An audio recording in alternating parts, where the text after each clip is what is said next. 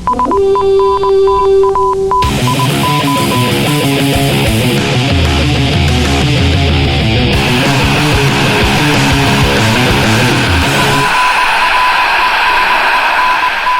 to Norse Code, episode 46, where our only interest in Michael Sam's showering habits is whether or not he's selling tickets.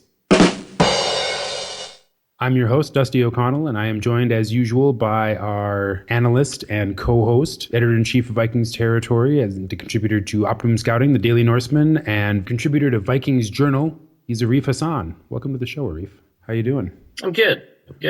Well, like is spray painted on the wall of the Atlanta Falcons training room, every rep counts. I'm confident that that's spray painted on every wall of every training room. We just got to see it because of Hard Knocks. Because of Hard Knocks, which, have you been keeping up on this season of Hard Knocks? I've been enjoying it very much. How can you enjoy that? That is the most boring team in football. I don't know about that. I feel like the Titans are the most boring team in football. That's true. I may know less about the Titans than I do any other team right now. The Titans are, to borrow a phrase from the Why Your Team Sucks on Deadspin about the Titans, which I think was the first one, which seems fitting. The Titans are the weather of football. That is incredible. It rung true to me because honestly, I had to do a lot of research just for this preseason game because I know less than nothing about the Titans. And after spending a good chunk of the afternoon doing research, I still know next to nothing about the Titans. I still can't believe that you do research for this show. And when I say research, it's not like, I've got the glasses on and the old-timey desk lamp, like poring over encyclopedias of football. You just read the Drew Magary article and that's your research. Well, that was a portion of it, yes. It's actually probably pretty good research. Oh, yeah, it wasn't terrible. I found out who the quarterback was. Cliff's Notes, not Vince Young. Nor is it Jake Mettenberger. Wait, it isn't? They do have Clipboard Jesus, though. Well, okay, so they have Jake Locker and Zach Mettenberger, who is also injury prone, so this will be excellent. Then we'll have Clipboard Jesus. Norse Code is brought to you by Audible.com and FanDuel.com. Thank you to our sponsors and thank you to our listeners. We will get into more detail about sponsorship opportunities for this show later in the show. But first of all, wanted to go through and catch you all up on the roster for the Minnesota Vikings. Now that we've got ourselves down to 75 men. Actually, no, 76. They still have to make one more cut to get down to 75, right? You missed it. They cut Mike Higgins, too, so that's down to 75. Along with Higgins, who was, he was like, what, fourth string tight end or something? Fifth string? Yeah, fifth string tight end. Evidently he was the last string tight end as he was the one who was cut. He is now the no-string tight end. Right. Tackles Pierce Burton and Kevin Murphy were cut, along with safety Brandon Bishop, wide receivers Kamar Jordan, Eric Laura, defensive tackles Keaston Randall, and defensive ends Tyler Scott and Jake Snyder, wide receiver Ty Walker, tight end Corey Sperry, wide receiver Andy Cruz, Robert Steeples. We didn't spend much time talking about him in the last couple of weeks, as I recall. Correct. We did not get around to really breaking them down. But that's fine because they didn't even make the team. There were only a couple of maybe noteworthy cuts, surprises, quote unquote. Mistral Raymond, what exactly is the story with him? They waived him. He's listed on Wikipedia as a free agent. Is he still on injured reserve or not? Yeah, so the Vikings waived him with an injured designation, which means teams can claim him if they want, which is what happened to Jake Ballard when the Giants waived him. With an injured designation, the Patriots claimed Jake Ballard, who, of course, was too injured to play. That was the point. But they didn't put him on injured reserve right away because that would violate the rules. So he had to dress up for them in training camp, and then they put him on injured reserve. It was all very hoodoo, but he did clear waivers and he reverted to injured reserve for the Vikings. So he's on the Vikings payroll, but he does not count towards a roster cap. He does count towards the salary cap, though. Well, sort of. suppose he must, because otherwise you could potentially end up in a situation where you wanted to bring him back, but bringing back a player that you had put on injured reserve would put you over the salary cap. Well, not quite, because there's only one player you can bring back from injured reserve, and it's the one that you designate for return, and he was not designated for return, so he wouldn't be brought back this year. It actually just does depend if he can't against the salary cap. So there's like a certain amount of the money that you get paid that when you're on injured reserve counts as a salary cap. So your salary cap when you're on IR is not as big as the salary cap hit when you're like healthy and playing. And I don't really know what constitutes the magnitude of that difference, but from what I hear, it's usually like half. If that salary, which already wasn't very much, is not in the top 51 of salaries for the Vikings, it will not count towards the salary cap either way. So he probably doesn't count towards the salary cap, but he could, and that would be weird. Cornerback Derek Cox let go by the Vikings and then snapped up by Baltimore. I'm still a little surprised by this, and I've written about it twice, right? I've written about why specifically Derek Cox could be cut or wouldn't be starting a couple of times, then also have mentioned it a couple of times. This is the whole process over outcome thing. It still bugs me, though, because he was balling out pretty hard in camp and in the preseason, too. And he's I guess I didn't keep a formal tally, but I'd be shocked if he was anything but the camp interception leader and individually also the camp pass breakup leader. You know, he had a lot of good plays, and I didn't see him giving up that many plays either. But if he's not playing the same way as everybody else, you can sort of disrupt the point of the defense. You can disrupt the schematic design. If you've got somebody who's freelancing, it changes all the other players' responsibilities, and the design of the defense is not such that that you should. So maybe that's like part of it. Maybe he never learned to play with the right technique, and he was just beating a bunch of mediocre receivers in camp. So stuff. You think he might have been hot dogging it a little bit? Maybe not the kind of team player that the Vikings wanted. Maybe. I doubt it. He.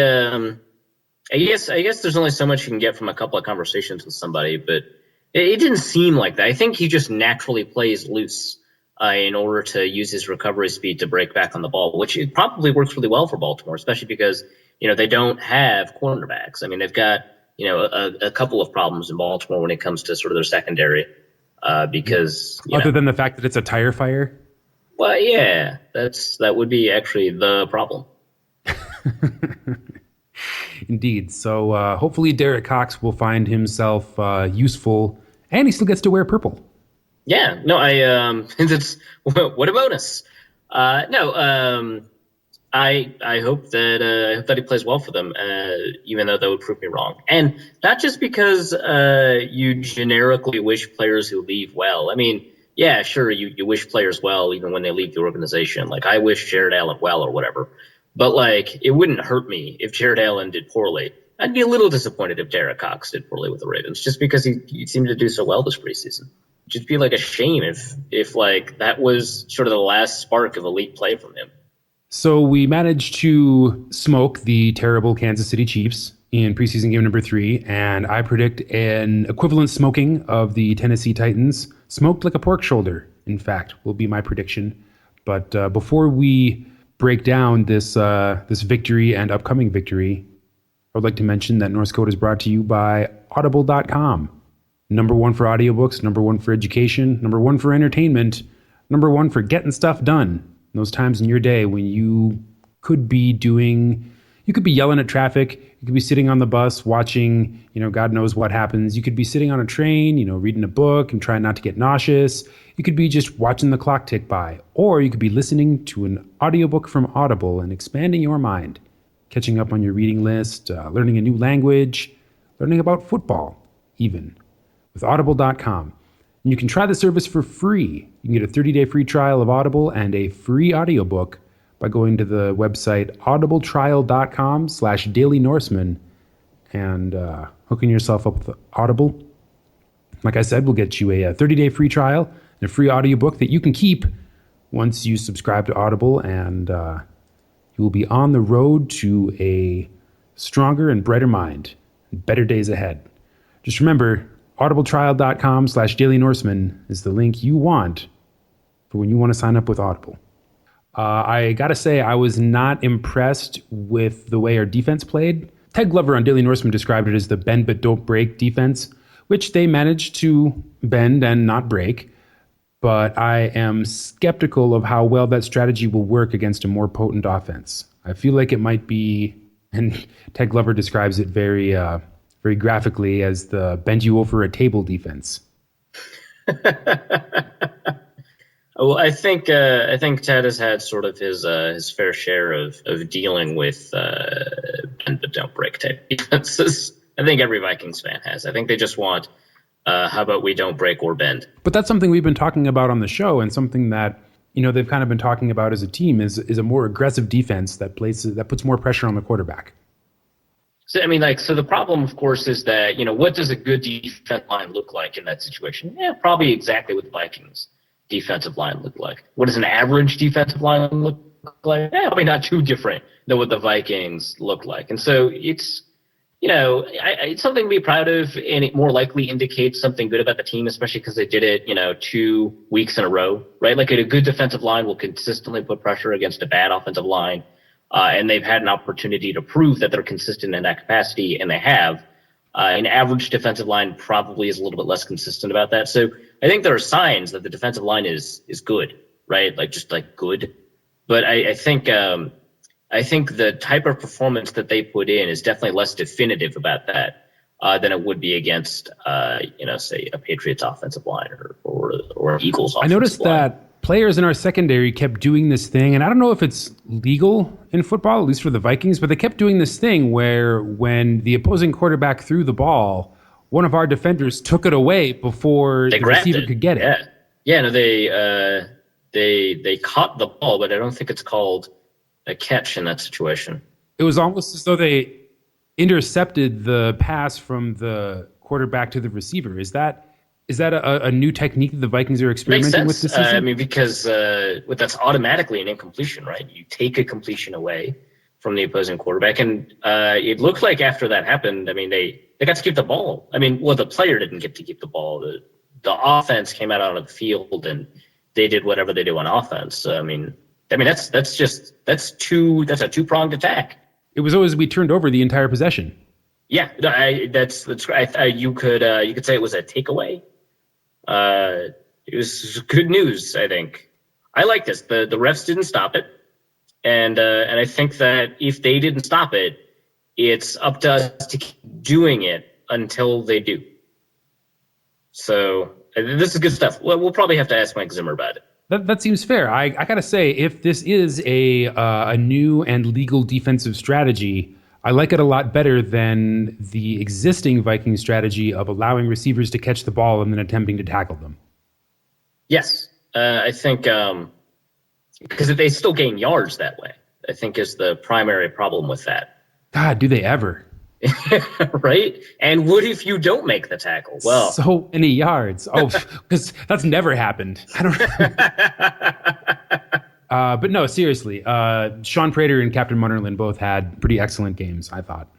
I thought Sean Prater had a pretty statistically phenomenal game. Because he also got in on a sack, right? So he had an interception. He had a sack. He took something like 40-some snaps, but he's only thrown at twice. Obviously, one of those was the interception. The other was a 4-yard gain or a 5-yard gain or something like that. He had a great game, and he played a number of snaps in the slot too. I thought Sean Prater did really well, which is really nice to see because some other parts of the defense did not do as hot, but there's a lot of good stuff there. If we want to talk about individual players, though, Fred Evans, wow. We already talked about the defensive line, but Fred Evans, wow. He did phenomenally. He consistently put pressure on the quarterback. He was always the first off the ball. He blew up the offensive lines. He destroyed blocking schemes. He looked like natural out there at nose tackle. It's the first time, you didn't feel like he was a nose tackle in a 3-technique spot. He was definitely like a nose tackle out there, which is kind of cool. Captain Munnerlyn knows not to run an interception out of the end zone during the regular season, right? I hope so. That was a baffling decision, right? That was weird. Yeah. I guess, Mike Zimmer, ever the perfectionist, decided not to congratulate him on the interception and just yelled at him at the run back, which is I guess if I was a coach, I'd probably do the same thing. And So hopefully he knows now if he didn't before. yeah, I guess the only difference is if you're on the edge, right?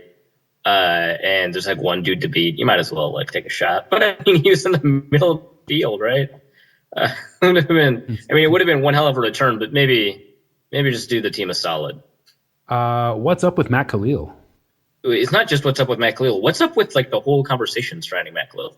Because he had a really bad game. He had an abysmal game, and he gave up 4, maybe 5 hurries and maybe 1 or 2 hits, and gave up that first sack. And he didn't look prepared. He didn't look quick. The thing that bothers me about this conversation is that the Minnesota Vikings as a group have been putting forth what seems like a coordinated effort to protect Matt Khalil's reputation, which is the weirdest thing because I've never actually seen that for a preseason game. So immediately after the game, Mike Wobschall tweeted that Matt Khalil had a very good game. He said that these are 5 takeaways from the game. You could pick any 5, right? You could talk about, Fred Evans is 1, Teddy Bridgewater is 2, Matt Castle is 3, Captain Munnerlyn is 4, Chad Greenway is 5. And there you go, just 5 good takeaways that no one's really going to argue with that are really awesome to talk about. Great. He chose to talk about Matt Khalil and said he had a good game. And, everyone was like, what are you talking about? And he defended himself and he was like, well, people smarter than me, have concluded that Matt Khalil had a good game. So goodbye. And I was just like, okay, whatever. I've never gone to Wabi for analysis. He just has more access than anyone else because he's the team's spokesmouth. So, sometimes I'll go there. But, then sort of unsolicited, Norv Turner took a shot at people criticizing Matt Khalil's performance and was the second person on that Viking staff to criticize Pro Football Focus, which was weird. Again, it was kind of out of context because no one asked, right? No one was like, hey, so Pro Football Focus said he had a shit game. No one said that. Everyone was just like, so what's up? What happened? And he's like, well, people think that they know what's going on. I was like, yeah, I know exactly what's going on. He got beat for a tackle. I know he got owned by Dontari Poe with a move they teach in high school. Yeah, exactly, right? And I was just like, that's just weird. He had a bad game. So I put together a super cut and I gifted it. And there's a gift now of Matt Khalil getting owned by the Chiefs in the preseason, which I don't regret, but it's kind of weird in retrospect. But then PA, Paul Allen, went on blast about Matt Khalil, about how you don't know what's happening. And this is super bothersome to me. Because now I've heard it 4 times in 1 week that you have no idea what's happening. Well, why not? What's with that? It's just okay, so there are a lot of times when I have no idea what's going on the football field because the defense is doing something that is not very easy to identify. And that's fine. But the amount of times that it happens a game is maybe 2 or 3 times, right? Bill Belichick talked about this too a couple of years ago when he talked about how it's very difficult to break down what the opposing team is doing because I don't know what they're trying to do. And that's fine too, right? You're not going to get it 100% of the time. It's really easy to figure out what a player is intending to do 90% of the time, probably more actually. But if I'm being conservative, 90% of the time, you know exactly what a player is trying to do. Maybe 85% of the time, you know exactly what the whole team is trying to do. There's not a lot of margin for error. It's only when they do something kind of interesting or kind of weird that you have to take a look at and you don't know what either the team or that individual player is doing. And so it is not difficult to see that Khalil was put on an island against Tampa Hali and he was beat badly. And it's crazy because, people were trying to maybe he was trying to push the rusher inside in order to, I don't know, in order to what? Why would you instead of just stopping him from going, right? And that's a crude way of putting it because there's a lot of technique involved. But the point is, it's not as difficult as they say to figure things out in this aura of coaching mystique where you have no idea what's going on and football is super complex. I mean, that's true to an extent, but I think it's overplayed. And I think that when you start breaking things down, and the people at Pro Football Focus found this out too. They when they started out, they thought they were going to get overmatched. When when Neil Hornsby started the whole thing, he thought, it was going to be very difficult. And he found it's not that difficult to figure out what's going on. There's problems with the way that they grade these because they don't use all 22 film in their initial round of grades and stuff like that. But for the most part, it's not as mystical as people say. And the other thing that's bothering me is when they said something like Tamba Hali is elite, which first, that's not true. He's just very, very good. But second, so what? Paul Allen said something along the lines of they left him out on an island for a reason. And I was like, well, that's, fucking great for them. It didn't work. That means Matt Khalil did not do his job. And then Allen made a pretty good point about, how Khalil's run blocking was actually pretty good in that game. And I'll agree, for the most part, it was actually quite good. I was surprised at how good it was because it's not something he's good at. At the same time, if you talk about what they're doing, Matt Khalil had an easier job run blocking than he usually does because he was down blocking a lot of the time, away from Tamba Hali. Anyway, he had a bad game. I have no idea why. In camp and training camp, like I've said, he looked better than he did when he did his rookie year. When he was up against Jared Allen, he was doing a pretty good job. I can't say for sure that, that he's going to be as bad as he was last year. It's not like his preseason has been awful or anything like that. I mean, people will talk about it probably in retrospect as preseason. No, this is really the only bad game he had, which is probably just what the coaching staff could have just said. He's like, he had a bad game. He hasn't been bad this preseason. He's been good in camp. He's been fine in the preseason aside from this game. I don't know what the issue is. It didn't look like he had speed, which has never been a problem for him. Last year, he was beat by inside moves a lot. That's not really it looks like he's getting beat by speed and technique, which is just so weird to say. I don't know what's up with him, but he had a bad game. Would you say that bad game might have been partially responsible for bad Matt Castle showing up for everything but the opening drive? I would say Castle's game was a little bit underrated, actually, in terms of its totality. I'm not going to say it was good, right? You don't want to confuse the word underrated with good. But you're right. That opening drive was pretty great. It was sparked by only a few plays. That 53-yard touchdown was good, and it was thrown well too. It wasn't like a fluke play. He did very well. He stepped up in the pocket and all that. I think his stat line for the first time was deceptive in the wrong direction, right? The last two times he was very impressive. His stats were even more impressive than he was. And that's, a little weird, but that happens, especially in, small samples or in the preseason. This time it was in the other direction, where his statistics were not a good reflection of how he played. I thought, there was a series where he had consecutive drops. That was the 3 and out, or it wasn't a 3 and out, but it ended up, there's drops with Matt Asiata and Cordero Patterson that hit them right in the hands. There's that missing toe tap from Greg Jennings, that should have been a completion. It was incisive. It was accurate. It was very good. I think there are only 2 or 3 failed drives in Matt Castle's 5, 6, or 7 drives that he had. And in a game that would be upsetting and troublesome, right? But it's not like it indicates in the long run that he got a massive problem. It was weird because in the good drive that he had and in some of the good plays that he had, he looked unusually flustered against pressure. And I mentioned this and I didn't really think much of it because he doesn't often look this, I guess flustered is the word I can come up with, because confused isn't right, but he doesn't look this affected by pressure this often. On this game he did, and then eventually it manifested in those 2 drives, including that interception. I think he was, I think that was a response to a poor response to pressure, and I think he had a couple of pretty poorly thrown passes. It's just it's Matt Castle. He's a really, really inconsistent quarterback, and an inconsistent quarterback that likes to take chances. In the preseason so far, that's worked out really well, especially because he's been mostly up against the first team, so it's not like you're that worried about it. But an inconsistent quarterback that takes chances is going to look bad from time to time. So that's what happened. Any outstanding takeaways from this game? A couple of things. I think whatever's happening with this backup tackle situation is kind of interesting because I thought the Vikings were pretty happy with Antonio Richardson, but he only had 11 snaps in the game and he took them at left tackle. I don't know if that's a desire to keep him at left tackle, but that wouldn't make a lot of sense to me. I think Matt Khalil wasn't the only poor performer on the offensive line. I think everybody except for Sullivan and his backup did poorly.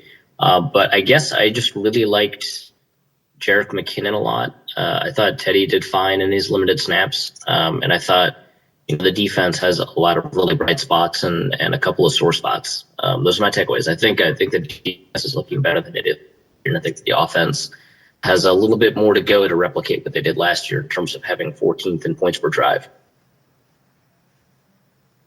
Well, there you go. Let us review the football weather forecast with most forgettable, with the, dare I say it, the Frank Grimes of football, the Tennessee Titans.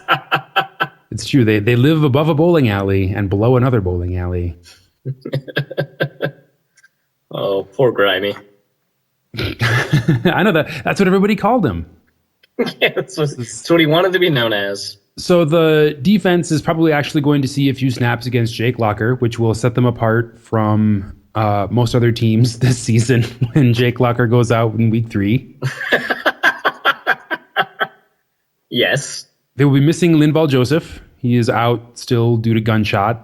So most of the time when reporters report injuries, they have like the nature of the injury in parentheses, like back, foot, or shoulder. I would really like it to just be gunshot. Yeah, pistol. although that would kind of imply that the pistol was injured. Right. That was the reason that he couldn't play. Well, I mean, I guess if you put gunshot on parentheses, that would imply that the gunshot is not the cause of it, but is also injured. It's kind of it would be like putting concussion. Well, actually, the gunshot is injured because, as a noun, gunshot often refers to the wound itself. Often, not usually. In this case, it does, and it's keeping Linval Joseph out of the game. Other than that, do you anticipate any switches on defense from what we saw in the KC game?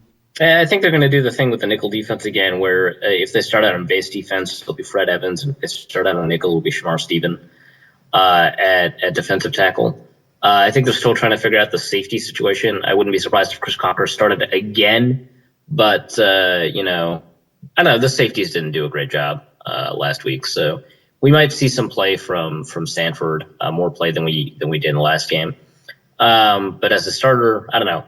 I don't think there's going to be any significant changes for them unless they decide to keep out the first team more than we thought. Because it's the 4th preseason game, so they're not going to get a ton of play. On the offensive side, I mean, it's probably pretty bad news for Rodney Smith, but how much does that impact the Vikings, both in this game and kind of going forward? He's not gonna make the roster probably. Well, I mean, he would, I guess, in a world where Jerome Simpson is suspended for the first game of the season, which technically he's not because he's appealing. I don't think it affects him too much. I'm trying to remember the nature of the injury. What was the? He took it on the head and shoulder, I believe, in the Kansas City game. Yeah, that was like falling down right on the offside or on the onside kick. Yeah. I know that yesterday we were learning that they were still deciding whether or not Rodney Smith would play, but I don't remember seeing that decision today about whether or not he would play. So it sounds like he's not even all that injured. In general, I think that the offense is probably going to be what we expect it to be. Adrian Peterson will be out. Everyone else will be in. Jerick McKinnon or Matt Asiata, or both? Asiata will probably start again. I wouldn't be surprised. Score prediction? No. It's a preseason game. No. I'm not going to do that. All right, that's fair. Having said that, though, I'm going to say 24-10, Vikings. That's like an appropriately bland score given the game. Yeah, it'll be fine. We'll win by a lot. I don't know if we'll win it early like we did in KC or win it late, but I bet we win and it's not close. The 1998 Vikings also won all 4 preseason games.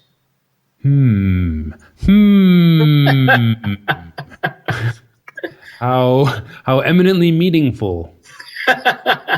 So unfortunately did the 2001 Vikings. So, take what you can. Well, all right. Then hold on to your hats, folks. It's going to be a fun and then very not fun season. Go Vikings!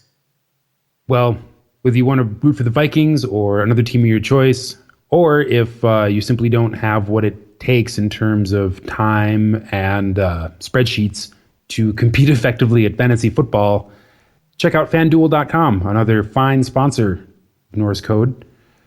You can go to FanDuel.com and get some free money out of the deal by using the referral code Norseman when you make your first deposit. You'll get a 100% match on your deposit of up to $200. Deposit $100, use the code. FanDuel will give you $100. Deposit $200, use the code. FanDuel will give you $200. Deposit $300 and use the code. FanDuel will give you $200. But then you can take that free money and use it to play in daily fantasy lineups of, baseball for now, but soon football. Very soon. Very, very soon, thankfully for us all.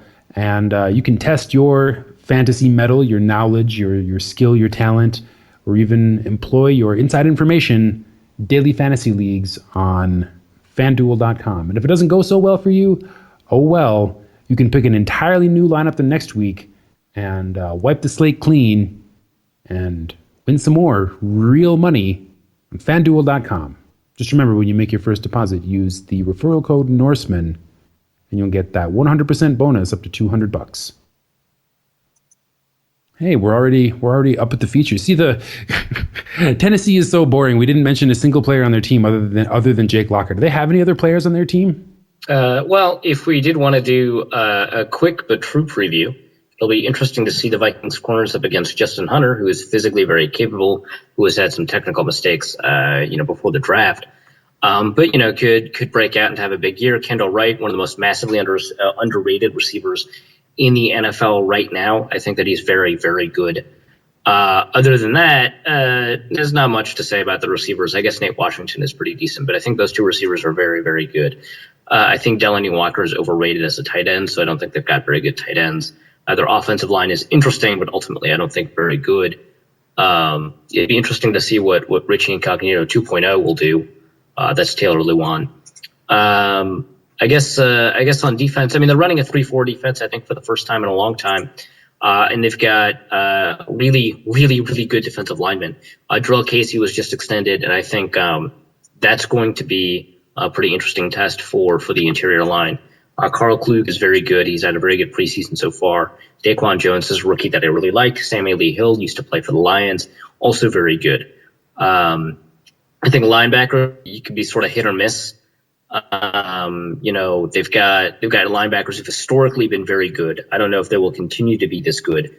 I think Derek Morgan is pretty decent. Kamarion Wembley, who they got from the Oakland Raiders, not too long ago. I think 2 years ago, has been doing very, very well for them as a defensive end. Now he's moving back to outside linebacker. He's probably going to be a pretty good pass rush presence. And I think Zach Brown will be interesting to watch. Wesley Woodyard they got from Denver. I don't think he was very good, but we'll see.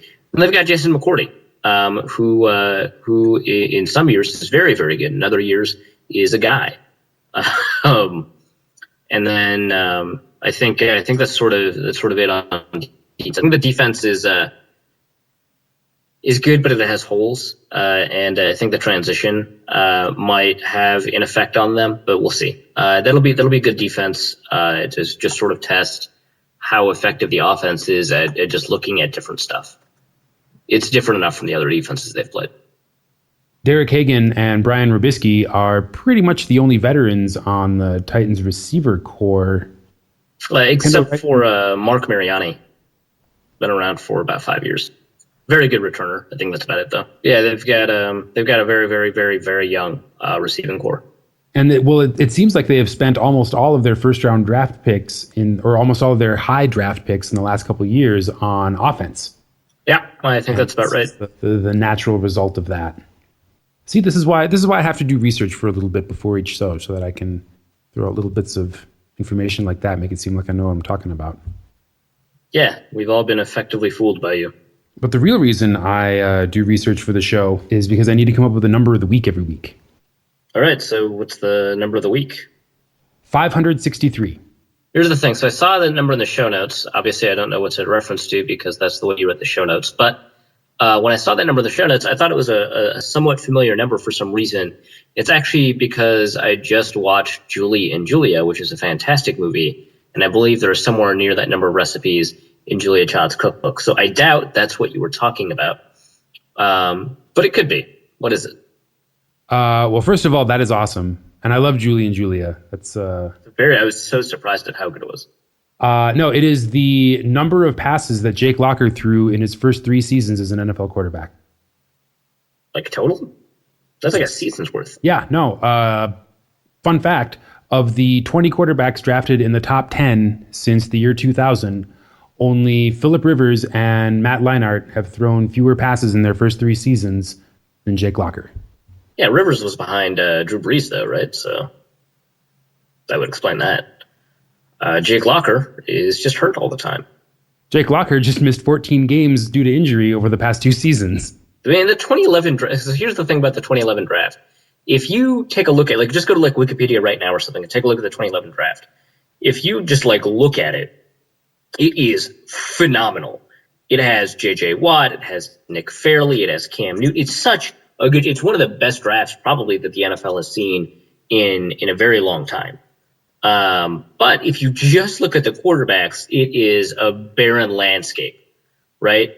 So, you've got, Cam Newton and Von Miller and Marcel Darius and A.J. Green and Patrick Peterson. Those are all great players. But the only good quarterback has been Cam Newton because after him it was Blaine Gabbert. Then it was, or after him was Jake Locker. Then it was Blaine Gabbert. Then it was Christian Ponder. And then Andy Dalton, who he somehow made a Pro Bowl. I didn't think he should have. Colin Kaepernick, who looked good for about half a season, which is cool.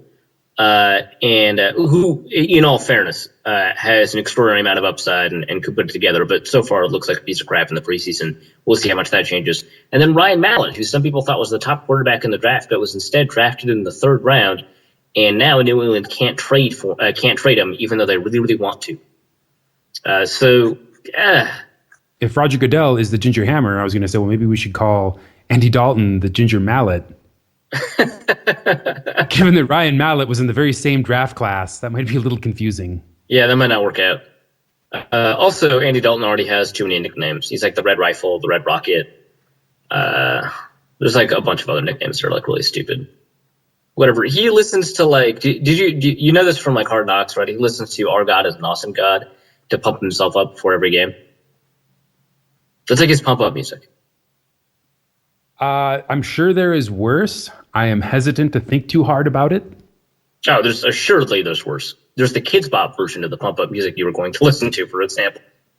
But that's I would like to hear the Kids Bop version of Our God is an Awesome God. I don't think there is one, but I suppose that is worse than Our God is an Awesome God is pump. But I just really can't imagine. I don't know. There's a bunch of different pump up musics that you can hear in a locker room right before a game. I mean, there's classical music. There's there's R&B, which seems counterintuitive. I probably wouldn't want to listen to R&B. There's hip hop. There's a lot of rock. That all makes sense. Well, because you listen to quote unquote pump up music because you're trying to reach a certain mental state before the game, right? You're either trying to increase your mental energy or get yourself to like a peaceful place or something. Where are you going if the music you choose to get there is Our God is an Awesome God? Heaven. Whoa. It's greater than a football game, Dusty. Oh, man. 1,000 points to Gryffindor. It's like those NFL Network ads from the early 2000s that were all like, Matt Burke, he went to Harvard. Except now it's Andy Dalton.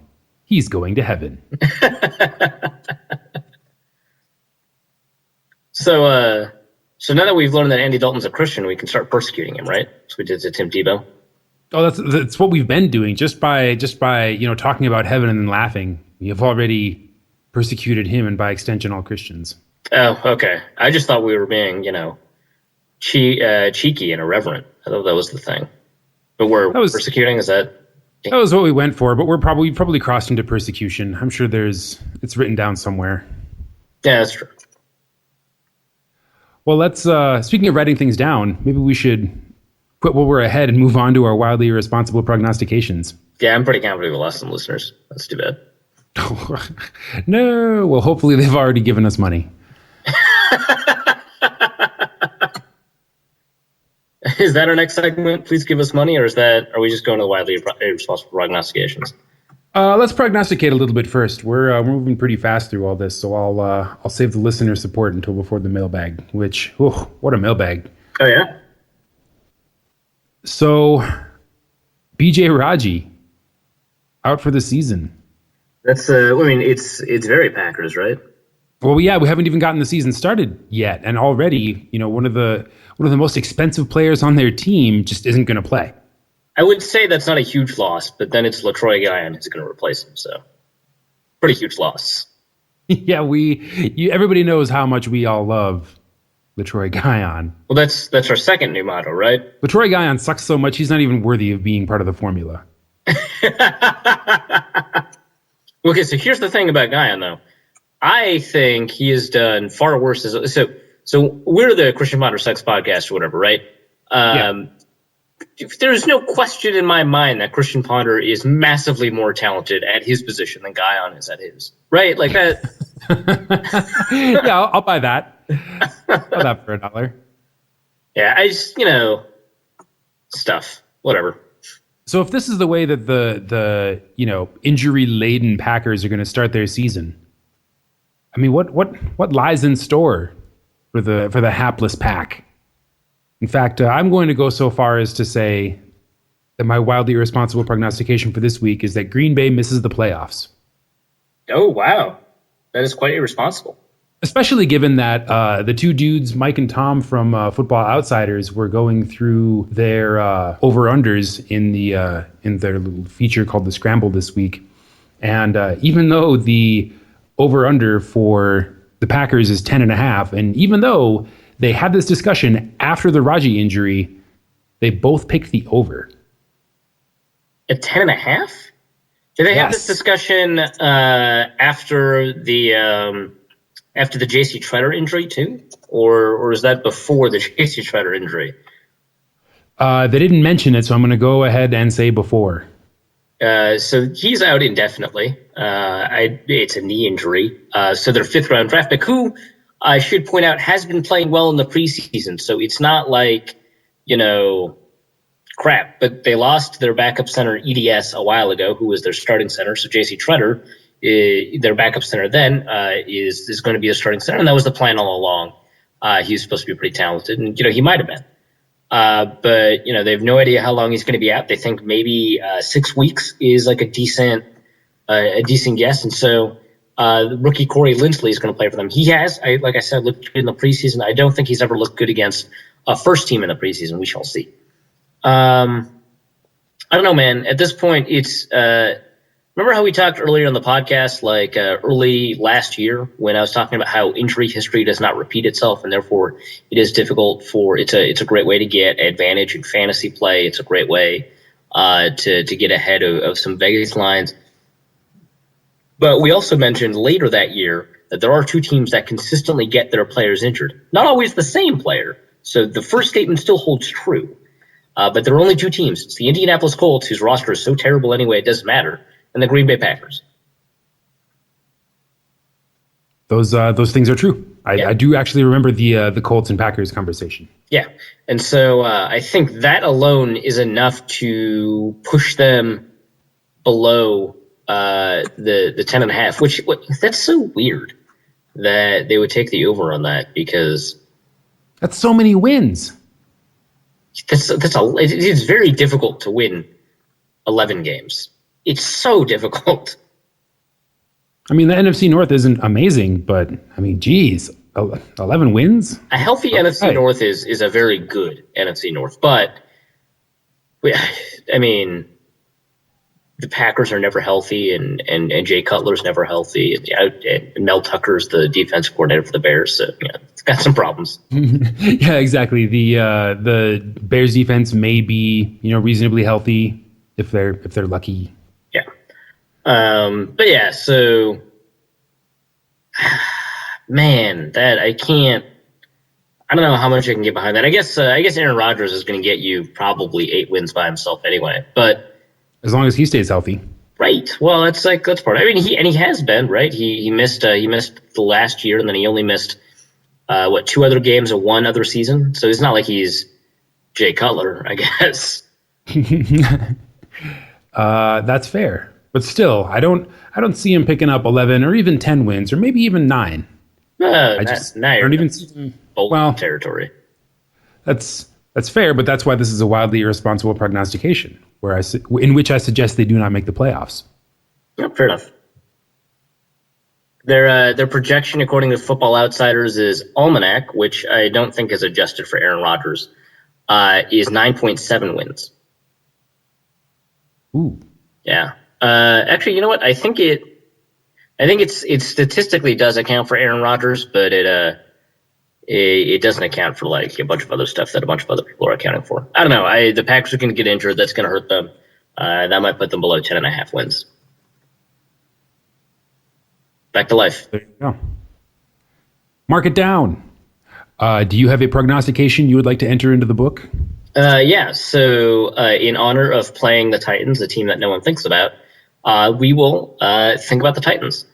So my wildly irresponsible prognostication is about Kendall Wright, who, like I said, was one of the most underrated receivers in the league last year.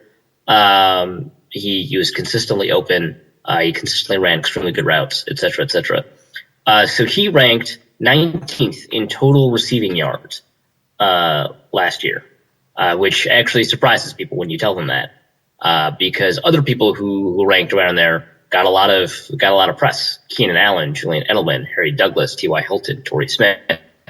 All of those people were around Kendall Wright in terms of total yards, some less, some more. We all sort of heard about them. Kendall Wright we didn't hear about. Anyway, I think it's going to happen again, but in the process he's going to get 300 more yards, which would put him just outside the top 10 in total receiving yards. But that's not wildly irresponsible. So I'm going to say that Kendall Wright ends up the top 10 total in receiving yards in the NFL next year. All right. Mark it down. Very slowly. Do you need to know how to spell his name? It's Kendall, spelled like Kendall. Right, spelled like right? There's multiple ways to spell right. Well, there's the right way, and then there's all the other ways. If I could strangle you through the podcast, I would. Oh, boy, I kill me sometimes. And not often enough. And yet I keep coming back. Well, there we go. There are 2 wildly irresponsible prognostications for us to keep track of over the course of the season. Hopefully one of them comes true. Oh, we're playing the Titans for the first time this season, and I didn't mention. Well, the Titans are memorable to me because they ruined my favorite wildly irresponsible prognostication from last season in Week 9 when I predicted that the Jaguars were going to go 0-16, and then they simultaneously beat the Titans and destroyed half of the survivor leagues around America with their Week 9 victory last season. So screw you, Jacksonville. Well, everyone's excited about the Titans' Ken Wisenhunt coming in and like shaking things up for them. He's the guy that's credited with Phillip Rivers' turnaround under Mike McCoy in San Diego, which is probably fair. But you know how every time a team gets a new head coach, they're always very excited about how he's going to change things, except for the Browns, because Browns fans have sort of internalized the Brownsiness of the Browns. More power to them. I wish the Vikings and the Vikings fans could do that. I wish I could do that, but I can't. So I'm very excited about Mike Zimmer. But they've done this with Ken Wisenhunt, which is mind-boggling to me because as a head coach, he has a 47% winning percentage and could not figure out who he wanted to start at quarterback. So many times that the Arizona Cardinals start over the last 3 years, the Arizona Cardinals ended up starting. Jesus, how many quarterbacks? They started 3 in 2010. In 2011, they started 2 quarterbacks and they allowed another one to throw. And in 2012, they started 4. So under his tenure over 3 years, there were 9 different quarterbacks who ended up starting. That's an average of 3 a year, as opposed to. I would like to do a fantasy draft with both Leslie Frazier and Ken Whisenhunt. That would be intriguing. That would be quarterback-tacular. Yeah, Christian Ponder and Ryan Lindley and Kevin Cobb. It's a good group. But yeah, so I mean, it's a group, I should say. A lot of value on the waiver wire. But yeah, so they're excited about a guy who demonstrably cannot head coach a team. I mean, there was the 1 year the Arizona Cardinals went 10-6 under Kurt Warner, and the year before that, when they were NFC champions, I went to the Super Bowl, and that was under Kurt Warner too. So unless Jake Locker's Kurt Warner, I think they're sort of, there's like a lot of, you probably shouldn't trust that. Yeah, you don't think that was, well, maybe mostly due to Whisenhunt surrounding himself with talent and then just letting them play? Like, I feel like this might be a little different situation than the team that went to the playoffs in Arizona. Yeah, no, I think, I mean, so this is a team that had Kurt Warner, Edgerrin James, and also a team that had Anquan Bolden, who probably had his best years in Arizona. Had Larry Fitzgerald, obviously. They also had Leonard Pope at tight end. It was a pretty good offensive team. Well, all right. That'll do it for those little featured bites. None of which would be possible without the support of you, our listeners. We have recently started shaking the change jar like the homeless guy that sits outside the bus station, and our fans have been extremely generous. I was a little bit surprised how quickly people stepped up to, keep the lights on and move things forward for us. And we will, hopefully have some new back-end improvements for the show in the next week or two coming up. We, in fact, I may as well announce it now because it may impact some of your downloadings next week. We are probably going to be switching servers away from Blog Talk Radio, which will mean slightly larger files of significantly better quality for you, the listener, and also fewer ads. We'll be switching up our sponsorship nonsense a little bit and leaning even more on listener support, which means 1 or 2 less 60-second bits that you have to listen to that is not delicious Norse code digital content. This week, content. We are digital multimedia content creators. Content. Official title. So far this week, 3 people have contributed to the show to keep the wheels turning. Parker Nacken writes us, "Hey guys, best Vikings podcast intel out there. Arif, you always break things down in such a statistical and analytical manner. Oh, and I think it's great when you cuss." I've been doing it more and more since this time last year. It's true. Well, we initially didn't want to because we were afraid that iTunes would tag our show as explicit in its podcast directory, which makes it much harder to be searched.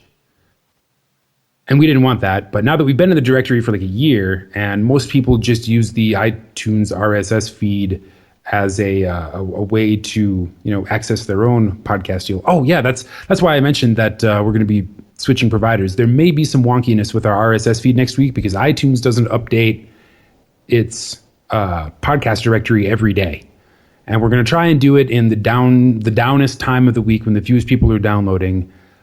But hopefully by next week we will have a shiny new RSS feed for you with better quality downloads, and all of it thanks to people like Parker, people like Arik Krisik. You guys are really coming after me with the names here. I mean, I know it's I know it's really your parents' fault and not yours. But if you could change your name every time you donate, we would really appreciate that.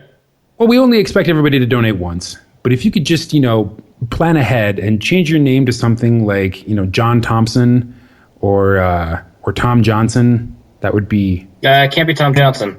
There's a player on the Vikings named Tom Johnson. That would get confusing. Oh, whatever. There are 2 Mike Zimmers on the Vikings already. Like... Oh, no. Now we're going to get a Mike Zimmer donation. Let's hope. Arik Krusik writes us, I like your new formula. Feel like everyone does except for Christian Ponder. And Sam Ponder, who I bet has already blocked us on Twitter. Well, it's because we were persecuting Christians. That's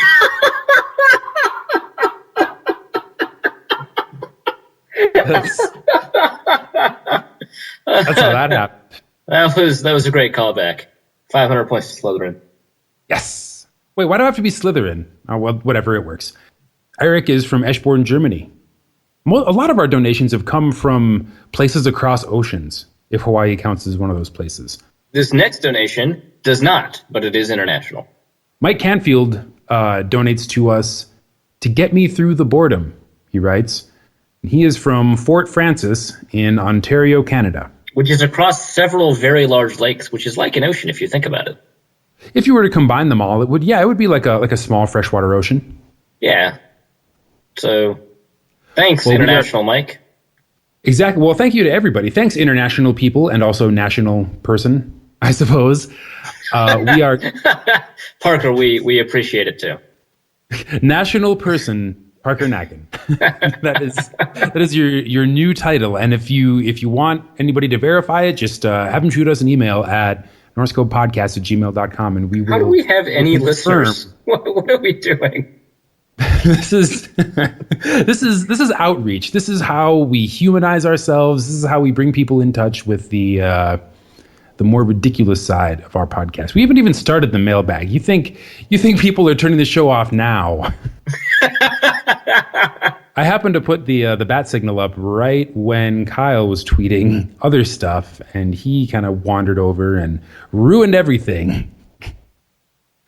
But thank you to you 3 gentlemen and all of our listeners for continuing to support the show. We endeavor to make a show that is at least as good as the last one. It's not really quite the motto that like football players have. No, and there's a much better one on the website. You can go to norsecodepodcast.com and click on the little menu icon in the top left corner, whereupon you will see alongside our links to Norse Code on Facebook and Norse Code on Twitter, the Norse Code Wall of Fame. And you can gaze upon your name as compared to the approximate donations of everybody else who has ever contributed to the podcast. So see your name in lights at norsecodepodcast.com. On to the mailbag. Kyle Segal asks us, did you guys get the food I sent? Kyle, I'm not eating your stupid Neptune salad. I think the food that he sent me was intercepted, so. By Mr. O'Raymond, who hopefully did not eat it. That's probably why he's on IR. Exactly. It's been... you know what? I'm just going to leave that one alone. Judd Zolgad's Hoodie writes us, what is the best case scenario for Castle this year in terms of touchdowns, interceptions, completion percentage? I don't know, 20 touchdowns, 8 picks? I don't know what an average completion percentage would be, but I would say it would be, within one standard deviation of average, maybe slightly below. Well, so, this question is basically so with a 95% confidence level, what's the best performance?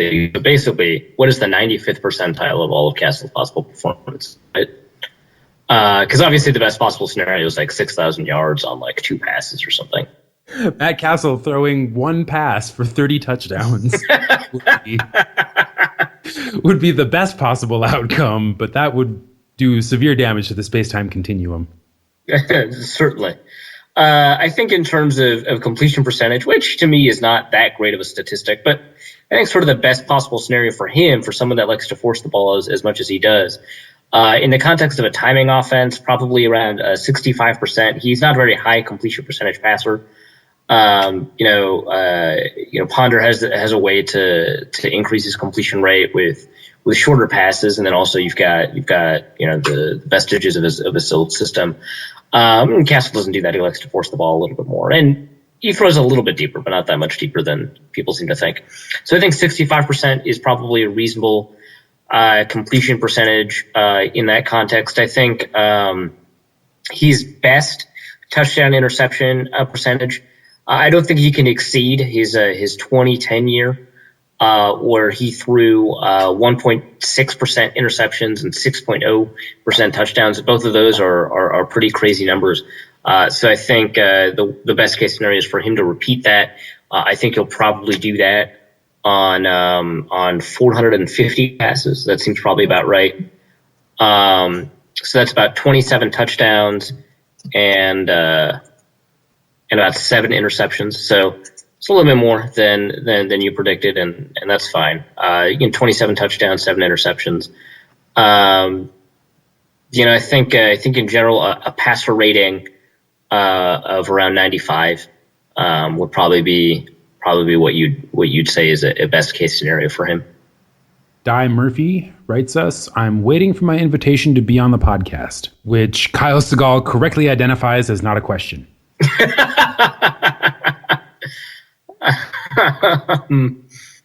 Okay, well, it's not a question, so we can just move on.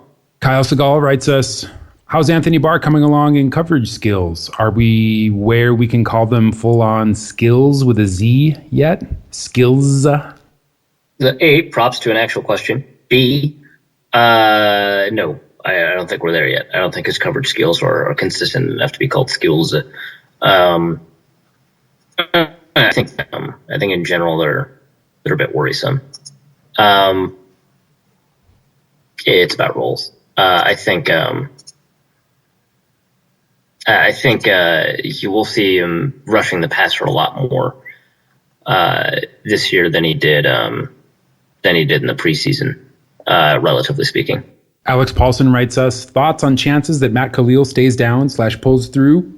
Possible reasonings behind his performance? With a similar question from Kyle. So seriously, what's up with Khalil? Why such a regression after his rookie year? Prolonged sophomore slump? I wish I could answer it. It's not been a consistently identifiable thing. He's getting beat in different ways. Last year was different than this year in terms of those problems. I don't know. I mean, his body is different. I mean, I said this last year too, that he rebuilt his body a little bit differently. He did it differently again this year. I don't know if that's the problem. It doesn't seem like that's the problem. He seems slower than he used to be, which is weird. He's like, 23?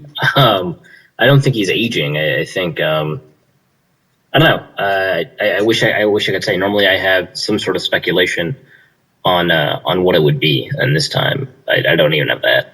Ted Glover writes in, how come Di got invited and me and Kyle didn't? Asking for a friend. Did Di get invited? None of that makes any internal sense at all. We had a contest. If you wanted to be invited to be a guest on the podcast, all you had to do was give Arif a bunch of money. Bribery will get you most places, I guess is the answer to that question. On that topic, Kyle Segal writes us again, if Chad Greenway and Arif are BFFs now, who do I get to try and bribe to accidentally tackle him? Not Matt Khalil. Oh, probably Jasper Brinkley. I haven't been very kind to him. He seems like a dude who would tackle me. Kyle follows up, post-accidental tackle, can I fill in for Arif on the show while he recovers? Absolutely not. But no. We have a responsibility to our listeners. They're giving us money now. We have a very minimal responsibility to our listeners that we take very seriously. In fact, James and I forget what it was. We couldn't get a hold of you for some reason, but James and I tossed back and forth the idea of doing Norse Code, just the two of us without Arif. And I was like, if we wanted to set some kind of crazy record for fewest listens, then totally. As a social experiment, I'm for it. I just want to see what would happen. The longer we keep doing this show, the more likely it is that that's going to happen, just because, there will inevitably be a time when you are indisposed. Yeah, assaulted by big cats or whatever it is happens to you. And we'll have to make a show without you. But hopefully for both my sake, your sake, and James's sake, and I guess all of our listeners' sakes mostly, that day is a long way off. K0N at underscore K0N8 underscore on Twitter. Sorry, I'm doing my best here. If the Vikings had to trade away one, would you rather keep Teddy Bridgewater or Cordero Patterson? Teddy. Easily. Xavier Rhodes or Harrison Smith? Harrison Smith. Jerick McKinnon or Scott Crichton? McKinnon. Yeah, I would say... Wait, you said Harrison Smith, right? Yeah, I did. That's a tough one. Yeah, Harrison Smith. Rhodes has been underwhelming. Maybe we're unfairly holding him up against his own expectations. But yeah, I'll say Smith, and then Jerick McKinnon. Well, for me, the corners are slightly more important than safeties, but Harrison Smith has shown to play at a Pro Bowl level. Xavier Rhodes has never done that. So Xavier Rhodes can be good. Harrison Smith is demonstrably good. Mike Canfield, contributor to the show, associate producer, and Canadian listener to Norse Code, writes us, no one seems to be talking about the Browns not extending Norv. Why is that? Why were they willing to let him go?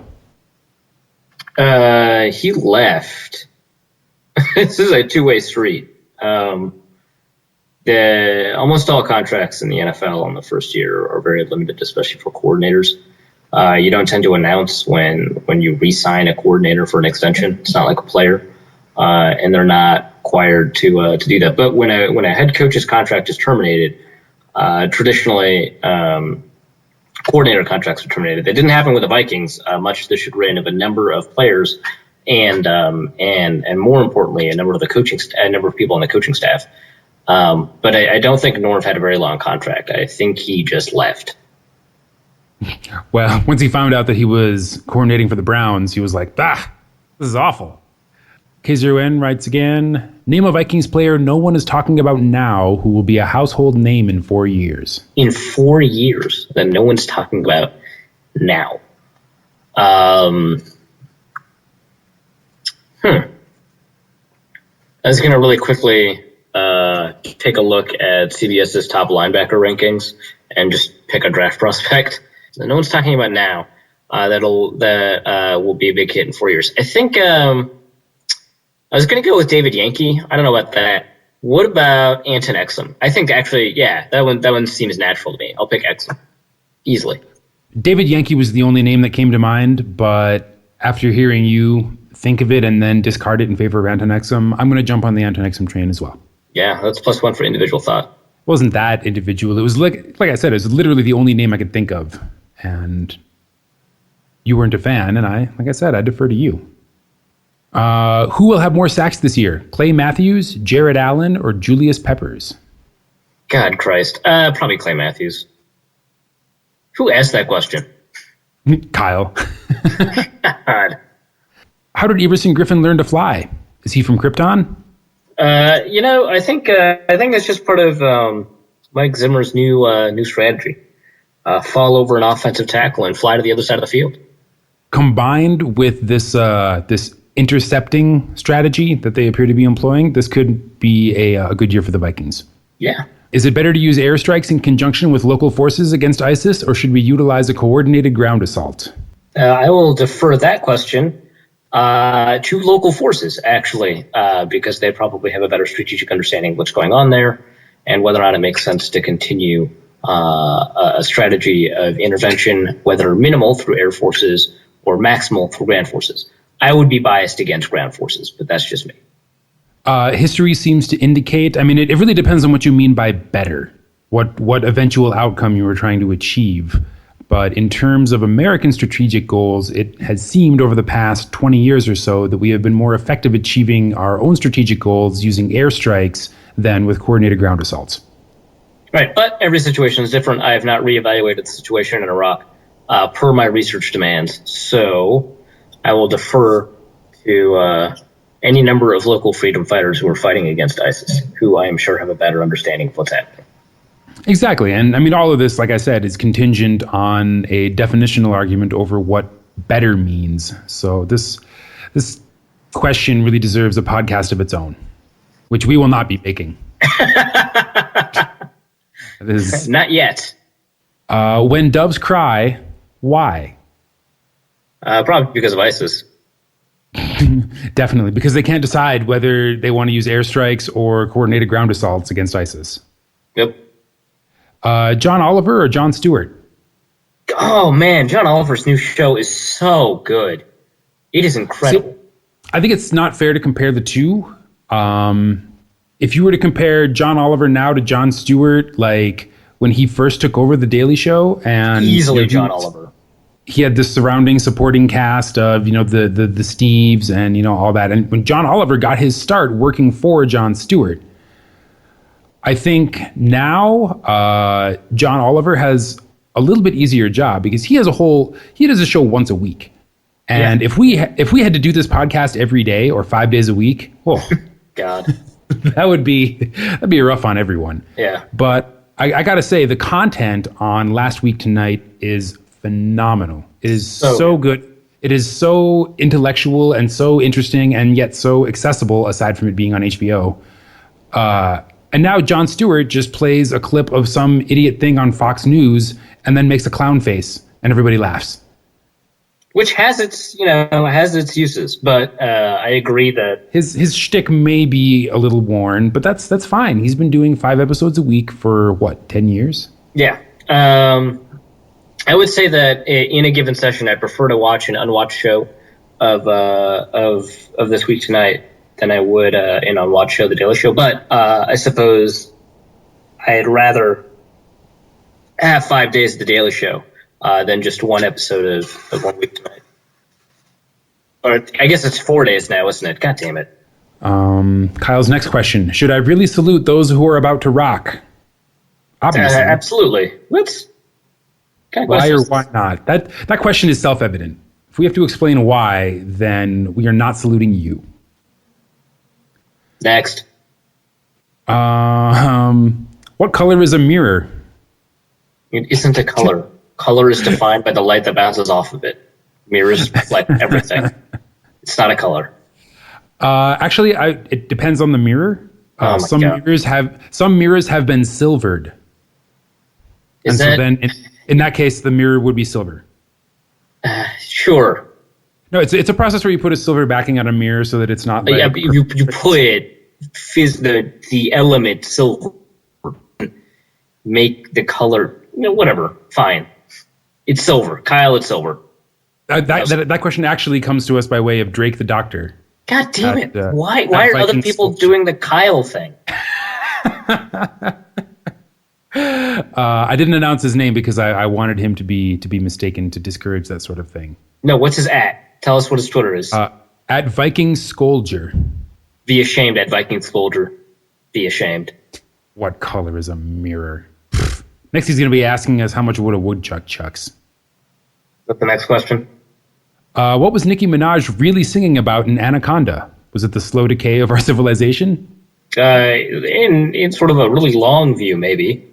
In the short view, I think it is fairly obvious. Let's leave it at that. Matt at nmat71 writes us with our final question, an actual question to close out the mailbag. How often will we see the nickel 3-3-5 defense? Oh, wow. It's so refreshing to hear an actual question. I don't know. I think it depends a lot on Anthony Barr. I think it depends on it's actually related to Kyle's good question earlier about, how Anthony Barr develops as a coverage guy. Because otherwise the 3-3-5 is not that distinct from, a 4-2-5 nickel because Anthony Barr would rush all the time. You'd have to keep track where he is. There's schematically a lot of differences, but being able to figure out where he's rushing from, you can set the protection scheme fairly easily. So you kind of want him to be a little bit more versatile before you do that. I think you'd also want another cover linebacker just in general because you employ that in situations where, they're behind, but they can pass or run based on the distance and down, that sort of stuff. It's I don't think we're going to see it very often at the beginning of the year. I think by the end of the year, we'll probably see it rotated in. Not as often as the normal, quote unquote, normal nickel package, but rotated in at a significant degree. I think we'd probably see a 3-3-5 on by the end of the year, 20% of snaps maybe. Well, that's the sort of package that you would see when teams are trying to be more creative against you, right? Like you were saying, when they find themselves down and want to either run or pass the ball and want to disguise their offensive look, that would be a more appropriate time for that. And I feel like teams will not be that enthusiastic about being tricky with us early in the season. Yeah, I think that's part of it. I think that makes sense too. I think that based on what teams would want to do against us early in the season and how prepared we are early in the season, there's a couple of factors that prevent it from being a mainstay early on. Although it could just end up working, and they might just stick with it for a while. Who knows? You can find the show on Facebook, facebook.com/Daily Norseman. You can follow the show on Twitter at NorseCodeDN. You don't have to wait for the bat signal to tweet us questions. You can tweet them at us all week, and we will file the good ones away. You can find Arif on Twitter at Arif Hassan NFL. You can find me on Twitter. I am at NorseCodeDusty. Our intrepid producer, James, is at Big Mono. He also manages the Norse Code Twitter account. Check out our website, norsecodepodcast.com. We enjoy hearing from you as well in longer than 140 characters. You can send us an email at norsecodepodcast@gmail.com, and we will file your questions away or reply to you as needed / as desired.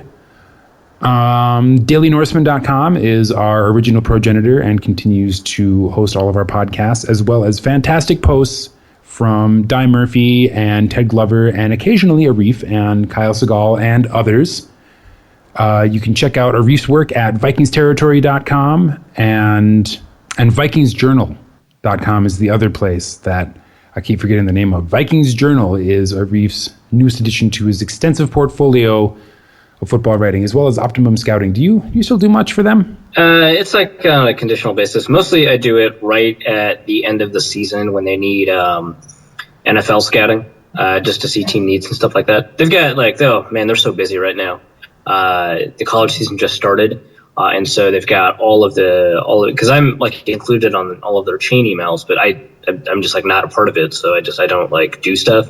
But they've implemented a new database system. They've incorporated they've hired some scouts that used to scout for the NFL. And everything is integrated. They make sure that everything's comprehensive and make sure everything is cohesive, so that all the information that people read from them is presented in a similar manner, so that everything is sort of identical in terms of format and readability. And they've got a new database to keep track of all these players. And it's the preseason / the season's just beginning for college football, so there's a bunch of players that are on preseason watch lists that you have to keep track of, all that stuff. So they're super busy right now. They don't want me to write for them at the moment.